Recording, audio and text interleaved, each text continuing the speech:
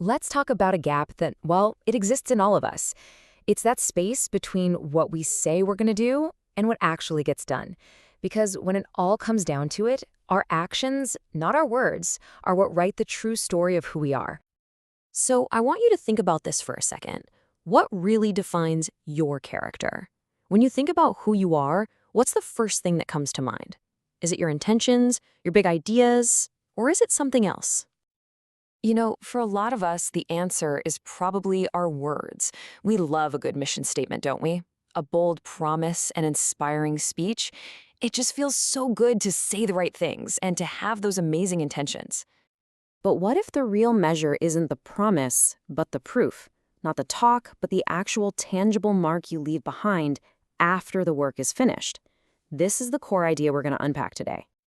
Okay, to make this idea really hit home, let's dive into a classic case of what we call the credibility gap. It's a little story about the promise versus the proof. So let's meet B-San.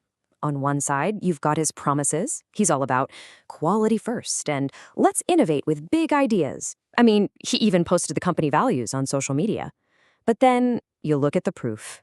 He skipped crucial checklists, version control logs, gone. The work he turned in was full of inconsistencies. See the gap? It's huge. And the result was, well, exactly what you'd expect. Delays, tons of rework, and maybe worst of all, a total loss of trust from his team. His words started to feel empty because what people really needed from him wasn't another great speech, but real, provable results. Now, this isn't some new age management problem. Not at all. This is a fundamental piece of human nature, something that was diagnosed thousands of years ago in ancient wisdom literature. This ancient proverb just cuts right to the chase. Your identity, who you are, it isn't defined by your age or your job title or what you claim to be. Nope, it's revealed through what you do. It's a timeless, universal rule for building a solid reputation. And if we dig a little deeper into the original text, we find these two incredibly powerful words to describe these actions. The first is kyoi, which means pure, as in free from any corner cutting. And the second is masugu, which means straight, perfectly aligned with the standard, no deviations. This isn't just about being a good person, it's practically a code for professional integrity. And you might have noticed it mentions a young person here. That's totally intentional. The logic is, if this high standard applies even to someone young and inexperienced, then it definitely applies to everyone else, right? It's a universal rule, no exceptions. Okay, so if this rule is so ancient and so universal, why is it so hard for us? Why do we, just like BSAM, so often prioritize talking over doing? Well, believe it or not, the answer is literally inside our heads. It comes down to our brain chemistry. I mean, that temptation to talk a good game is incredibly powerful, isn't it? But why? What is going on in our brains that makes making a promise feel so much more rewarding than the quiet, difficult grind of actually getting the work done? The simple answer is this. Our brains are wired to chase immediate rewards. The long, slow, often frustrating process of producing high-quality work, it just doesn't give us that quick hit of satisfaction that our brains are constantly craving. So let's get specific. It all comes down to a little part of the brain called the ventral striatum.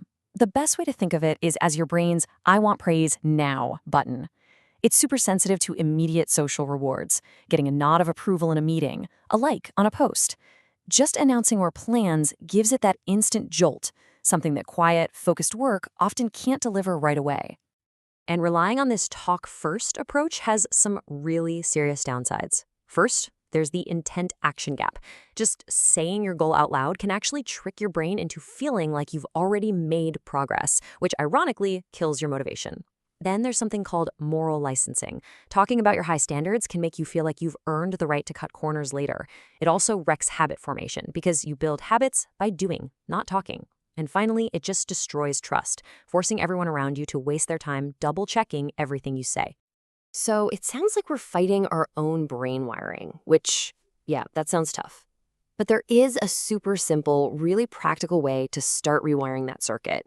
Let's call it the 2-minute action plan. It's a simple strategy called an if-then plan. Here's how it works. If you feel that urge to make a big promise, then you pause. Just stop. Before you say a word, take just 2 minutes, that's it, and complete one tiny, verifiable piece of the work. Then, you share the proof of that work, like a screenshot or a link, along with your words.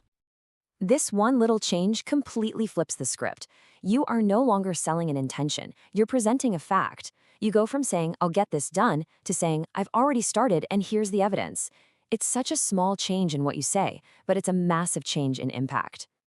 And here's why this little hack is so powerful. That tiny 2-minute action, it gives your ventral striatum, that praise now button, the immediate reward it's looking for. It also instantly shifts everyone's focus from your words to your output. It kickstarts the habit-forming circuits in your brain. And most importantly, it builds real, verifiable trust, one tiny action at a time. But there's one last really crucial piece of wisdom here. Because applying this lesson, both to ourselves and to other people, it requires a little nuance. It's not about making harsh, instant judgments. Look, we're all human. We all mess up. And probably the biggest mistake you can make with this idea is to see one failure, one missed deadline, and just immediately write someone off. Or just as bad, beat yourself up over it. That is absolutely not the point. The real wisdom here is in looking for the pattern. Don't judge a single data point. You have to read the trend line. Don't fixate on one little misstep. Observe the pattern of behavior over time. Are the actions consistently pure and straight? When there is a mistake, is there a correction? That is the true measure of character. So in the end, it really comes down to this. Your repeated actions, day after day, are literally writing your autobiography. They are telling the world who you are, far more loudly and clearly than your words ever could. So you have to ask yourself, is it a story you're proud to tell? So let's end with just this one thought. Forget about your plans for tomorrow or what you said in that meeting this morning. Right now, in this moment, what story are your actions telling?